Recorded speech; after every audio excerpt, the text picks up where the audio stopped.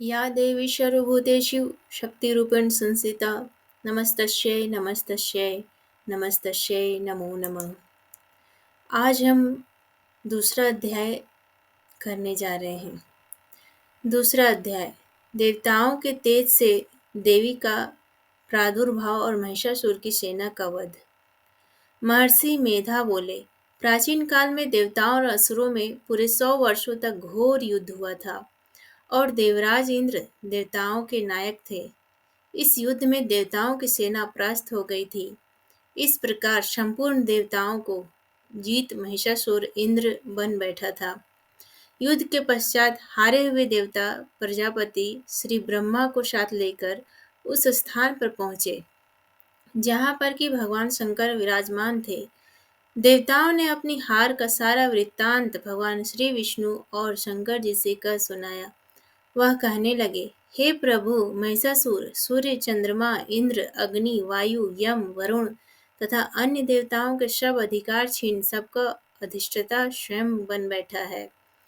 उसने समस्त देवताओं को स्वर्ग से निकाल दिया है। वह मनुष्यों की तरह पृथ्वी पर विचार रहे हैं। दैत्यों की सारी करतूत हमने आपको सुना दी है। आपकी शरण में इसलिए आए हैं कि आप उनके वध का कोई उपाय सोचे। देवताओं की बातें सुनकर भगवान श्री विष्णु और शंकर जी को दैत्यों पर बड़ा गुस्सा आया। उनकी भौहें तन गई और आंखें लाल हो गई।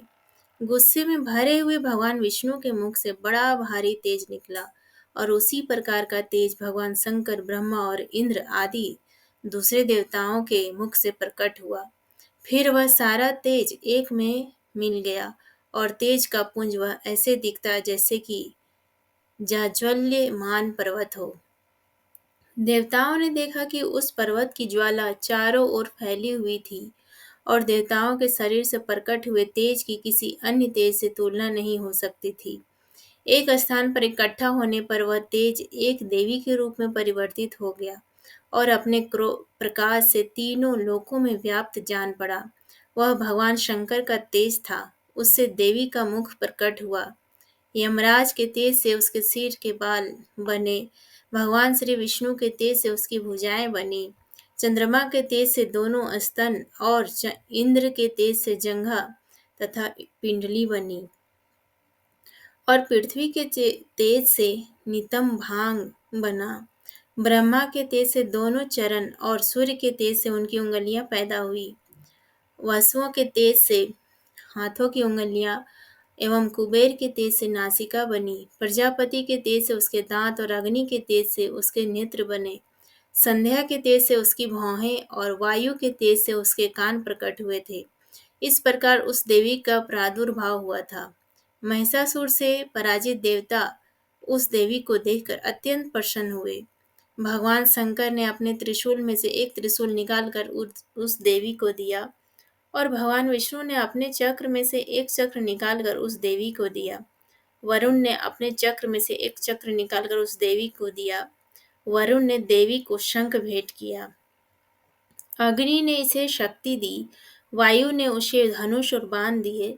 सहस्र नेत्रों वाले श्री देवराज इंद्र ने उसे अपने वज्र से उत्पन्न करके वज्र दिया और ऐरावत हाथी का एक घंटा उतार कर देवी को भेंट किया। यमराज ने उसे काल दंड में से एक दंड दिया। वरुण ने उसे पाश दिया।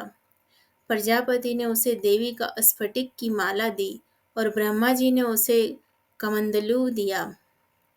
सूर्य ने देवी के समस्त रोमों में अपनी किरणों का तेज भर दिया। काल ने उसे चमकते हुए ढाल और तलवार दी और उज्जवल हार और दिव्य वस्त्र उसे भेंट किए। उनके साथ ही उसने दिव्य चूड़ामणि दी, जो 2 कुंडल, कंकण, उज्ज्वल अर्धचंद्र, बाहों के लिए बाजूबंद, चरणों के लिए नुपुर, गले के लिए सुंदर हंसली और उंगलियों के लिए रत्नों की बनी हुई अंगूठियां उसे दी। विश्वकर्मा ने उसको फरसा दिया और उसके साथ ही कई प्रकार के अस्त्र और अमेध कवच दिए।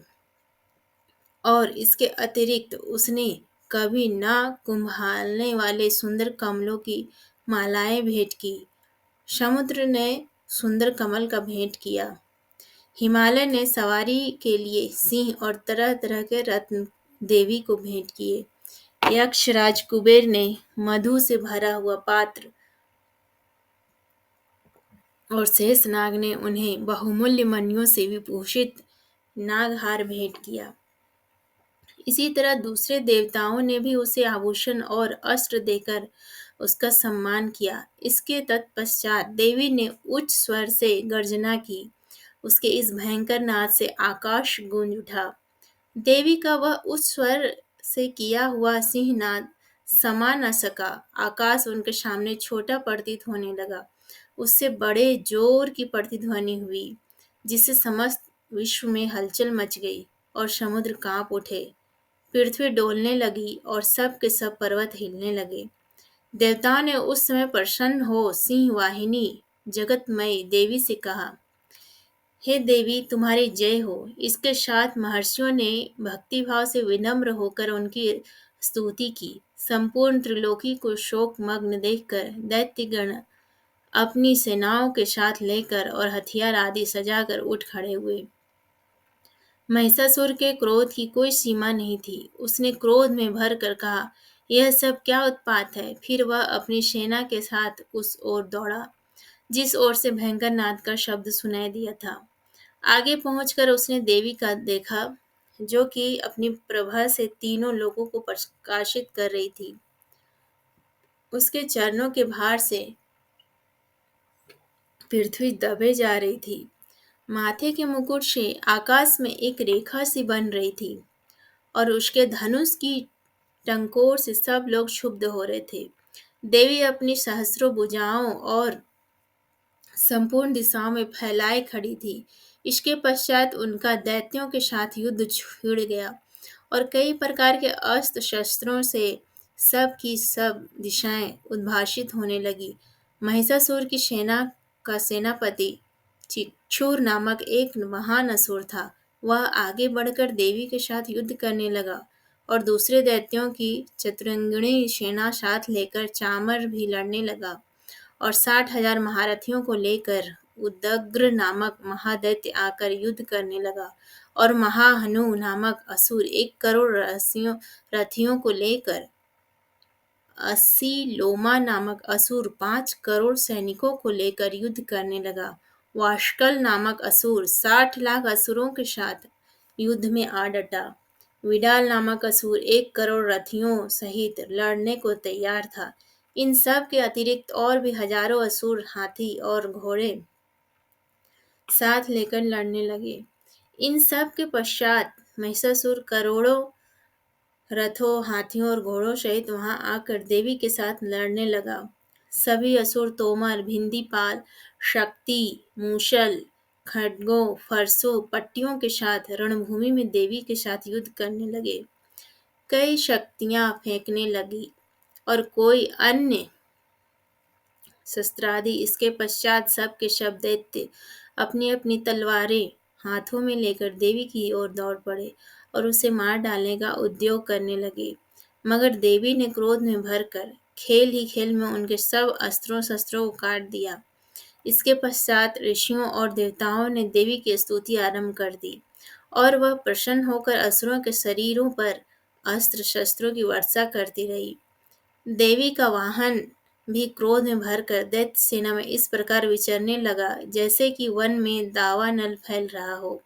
युद्ध करती हुई देवी ने क्रोध में भर जितने श्वासों को छोड़ा, वह तुरंत ही सैकड़ों हजारों गणों के रूप में परिवर्तित हो गए।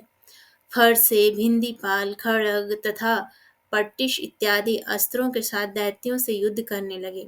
देवी की शक्ति से बढ़े हुए वह गण दैत्यों का नाश करते हुए ढोल, शंख व मृदंग आदि बजा रहे थे। तदंतर देवी ने त्रिशूल, गदा, शक्ति, खड्ग इत्यादि से सहस्रों असुरों को मार डाला। कितनों को घंटे की भयंकर आवाज से ही यमलोक पहुंचा दिया। कितने ही असुरों को उसने पास में बांधकर पृथ्वी पर घर घसीटा। कितनों को अपनी तलवार से टुकड़े टुकड़े कर दिए। कितनों का गदा की चोट से धरती पर सुला दिया। कई दैत्य मूसल की मार से घायल होकर रक्त वमन करने लगे और कई शूल से छाती फट जाने के कारण पृथ्वी पर लेट गए और कितनों की वाण से कमर टूट गई। देवताओं को पीड़ा देने वाले दैत्य कट कट कर मरने लगे। कितनों की बाहें अलग हो गई, कितनों की ग्रीवाएं कट गई, कितनों के सिर कट कर दूर भूमि पर लुढ़क गए, कितनों के शरीर बीच में से कट गए और कितनों की जंघाएं कट गई और वह पृथ्वी पर गिर पड़े। कितने ही सिरों व पैरों के कटने पर भी भूमि पर से उठ खड़े हुए और शस्त्र हाथ में लेकर देवी से लड़ने लगे। और कई दैत्यगण भूमि में बाजों की ध्वनि के साथ नाच रहे थे। कई असुर जिनके सिर कट चुके थे, बिना सिर के धड़ से ही हाथ में शस्त्र लिए हुए लड़ रहे थे। दैत्य रह रहकर ठहरो ठहरो कहते हुए देवी को युद्ध के लिए ललकार रहे थे। जहाँ पर यह घोर संग्राम हुआ था, वहाँ की भूमि रथ, हाथी, घोड़े और असुरों की लाशों से भर गई थी। और असुर सेना के बीच में रक्तपात होने के कारण रुधिर की नदियां बह रही थी। और इस तरह देवी ने असुरों की विशाल सेना को क्षण भर में इस तरह से नष्ट कर डाला, जैसे तृणकाष्ठ के बड़े समूह को अग्नि नष्ट कर डालती है। और देवी का सिंह भी गर्दन के बालों को हिलाता हुआ और बड़ा शब्द करता हुआ असुरों के शरीरों से मानो उनके प्राणों को ढूंढ रहा था। वहां देवी के गणों ने जब दैत्यों के साथ युद्ध किया तो देवताओं ने प्रसन्न होकर आकाश से उन पर पुष्प वर्षा की। इसी के साथ ही दूसरा अध्याय समाप्त होता है। दोस्तों, कमेंट बॉक्स में जय माता दी जरूर लिखें। धन्यवाद।